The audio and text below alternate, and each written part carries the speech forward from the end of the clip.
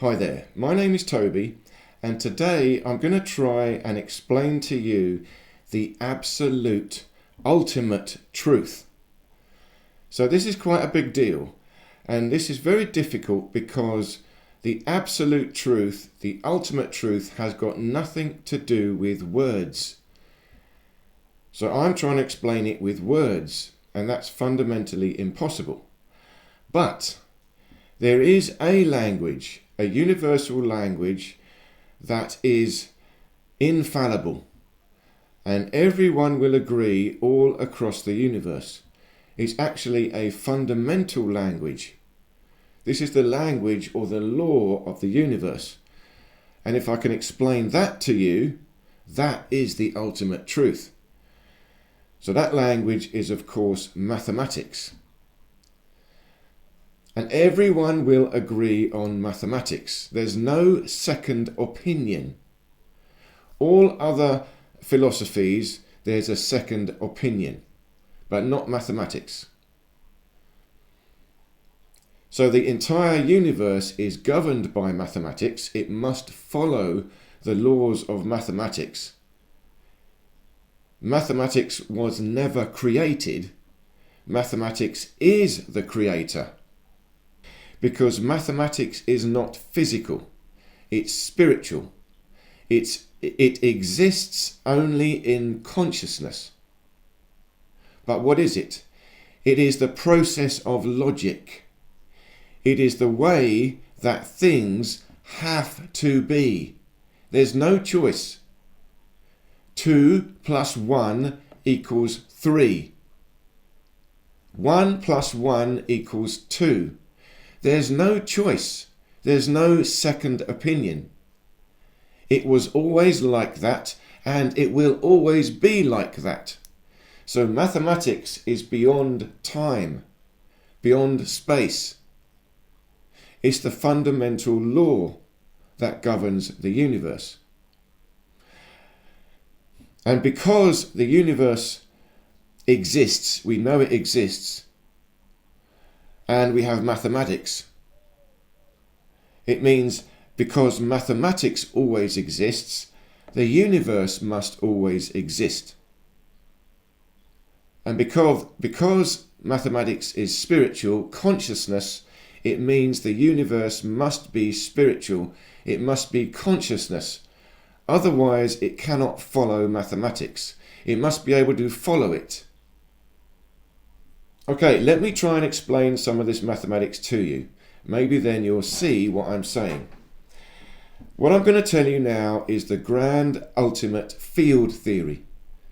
This is the fundamental mathematics that governs the universe. Very simple, you can all get it. And this is what modern science, so-called quantum physics, is trying to find. I'm going to explain it to you now. The grand ultimate field theory. But here's the thing. This grand ultimate field theory is metaphysics. It's spiritual. It's not physics. Saying that, physics will be derived from it. But the fundamental field equation has got to be metaphysical. It's got to explain everything. And everything is consciousness. Okay, let me tell you the very first symbol. The very first symbol we can use, and it's mathematics. But this is how we derive it. First of all, we look at the universe. Now, the universe must be infinite. Okay, I've talked about this before, but if you think about it, there's three-dimensional space here in front of me. If there's three-dimensional space here in front of me, it must go on and on and on. If it does not, if it stops anywhere, you have to say what is outside that. If there's anything outside space, it's going to be space. So space must be infinite. But space is not physical. There's nothing in space, nothing there. Space is just the ability to create geometry.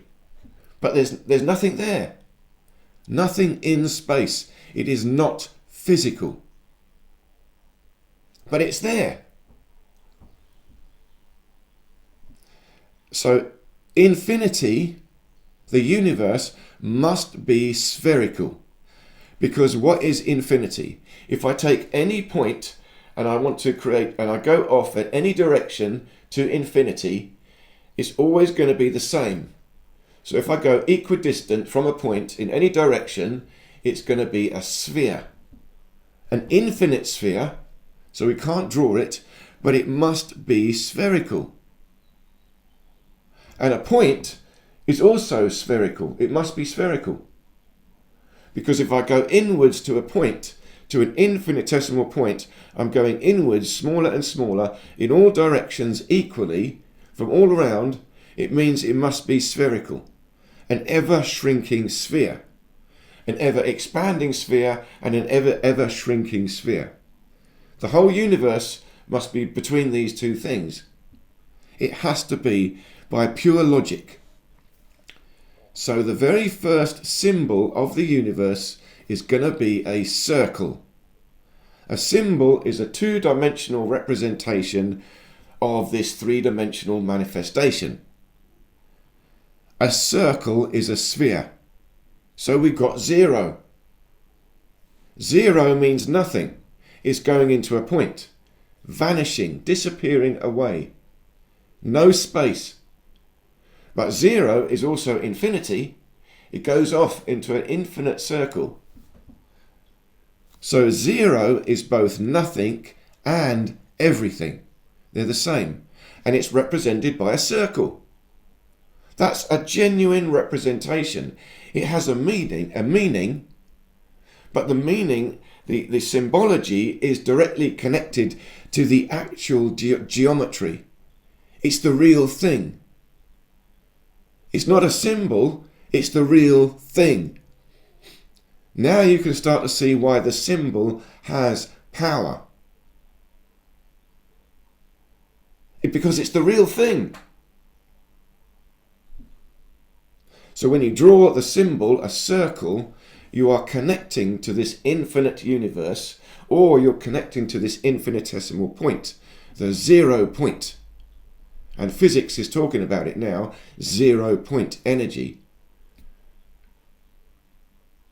But that's mathematics. That's the first symbol. Now the second symbol you're going to have is 1. So 0 and 1, now we've got binary code.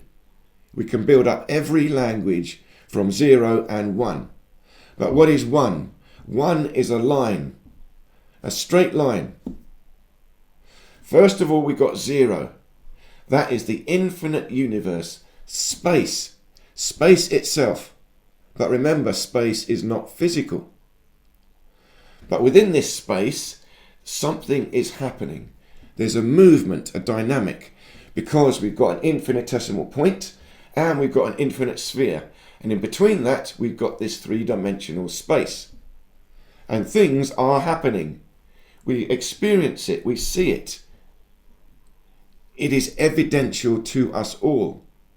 The universe exists, it's moving. So there's a dynamic in the universe. There's a dynamic in the universe, a plus and a minus, positive and negative charge, north and south pole of a magnet, male and female. This is the manifestation of energy, a dynamic, a polarity. So a point will stretch into this dynamic. And when you stretch out a point, it becomes a line. You see, in order to have a dynamic, a movement, there's two things going on, and they're connected together. Just like an elastic band. I stretch an elastic band, I create a dynamic. Energy is now created. If I let go, it will spring back. But to create that energy, I have to divert from a point, diverge. I have to stretch it away. The 0 point in the middle is where there's no energy, and then I stretch it away, I create energy. I let go, it releases back to 0. So there must be a line a straight line, to create this divergence, a polarity that allows a movement of energy within this infinite universe. So the second symbol is a line. And we're going to draw a vertical line. Why? Because the most fundamental manifestation of this energy is gravity. So gravity is not what they say it is something different. Gravity is the entropic nature of space. You see, space is created from this infinitesimal point out to this infinite sphere, but there's a dynamic between the point and the sphere. Space wants to collapse back down into a point, vanish again. And space also wants to expand out to infinity. There's a dynamic in space. And that dynamic in space itself we can call gravity, the fundamental manifestation of a divergence from a point. Gravity are 2 points being drawn towards each other. Gravity is being pulled towards the center. It's a force going inwards to a point. But it's not to do with matter, it's to do with space itself. And space is not physical. However, physical reality manifests within space. So we can say the second symbol is a line. Now we've got 0 and 1, binary code. That is the fundamental language, universal, everywhere, and it's built upon these 2 symbols, but these 2 symbols are reality. That is fundamental reality, a line and a sphere. And manifestation is the combination of these 2 things, the interaction of a sphere and a line. So now if you take a circle and you put a vertical line through it, and we do vertical because of gravity, and we experience gravity standing up vertically. All living beings across the universe will experience gravity vertically. So we draw a vertical line and a circle. And if you put the line through the circle, you now have the Greek letter phi. Vertical line and a circle. And the line is longer than the circle, cuts through. And the line has to extend beyond the circle to represent the fact that when you go to beyond, outside space, there is outside space. When you go into a point, you vanishing to nowhere. That is the pure unconscious mind. No space, no experience. So we go outside space. Hence the line goes outside the circle. So we're still representing reality with a vertical line and a circle. Greek letter phi. And furthermore, the measurements, the relative proportionality of the line and the circle is the golden ratio.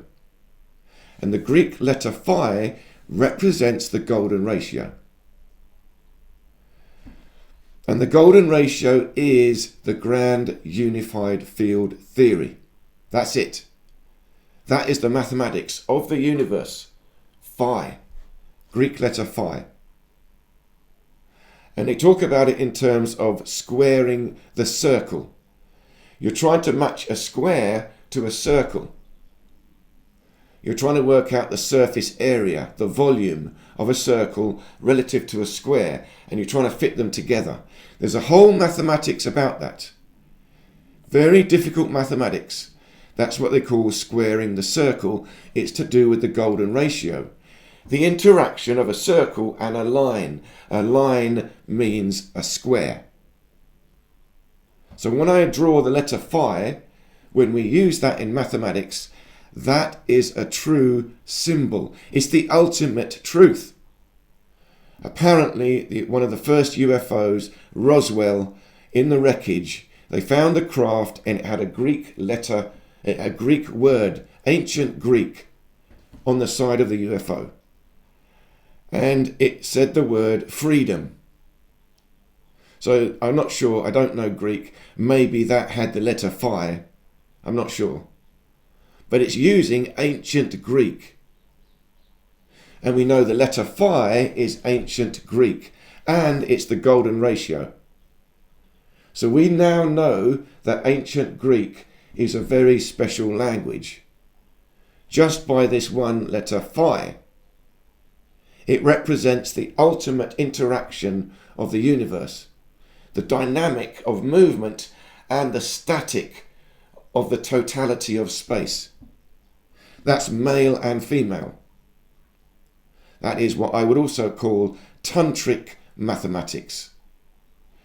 The ancient Greeks called it incommensurability, but this is metaphysics, male and female. Now, if you have a circle and a line, that's obviously male and female. And if you draw a wavy line, a moving line, you draw a wavy line through a circle, you've now got the yin-yang symbol. And a wavy line is movement. It's the straight line moving. It's a wave. It's the field. It's now moving to physics. And when you do a wavy line in a circle like the yin and the yang and extend it into 3 dimensions, you've got now a clockwise movement and an anti-clockwise movement, and these combine to create a torus shape. This is the fundamental magnetic field. And you can also see, the build-up of life itself. The circle and the line, or the circle and the spiral, that is the cell and the DNA. The cell is the circle, the sphere. Inside is the line, the spiral, the vortex, the DNA. Fundamental building up of manifestation of life. You can see it as the sperm and the egg. Tantra.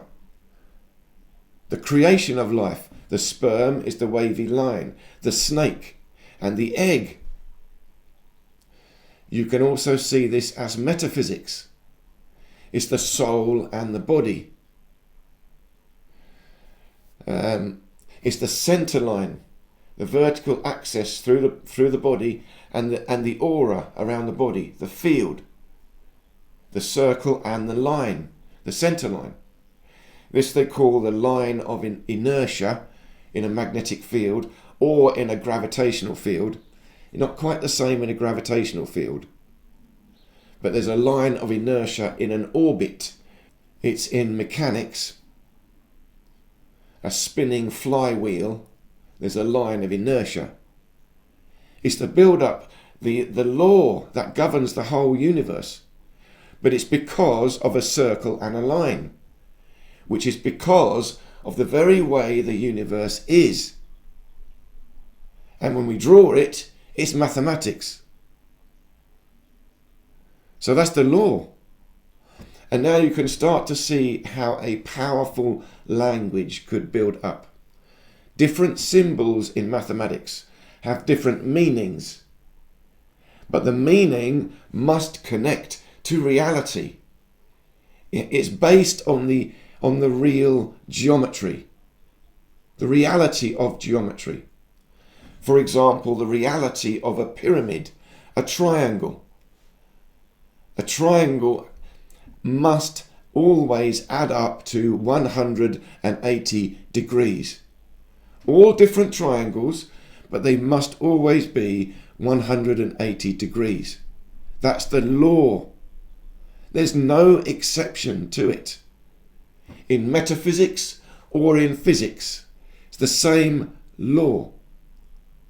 And if you build up a language based on a triangle, it's got 3 points.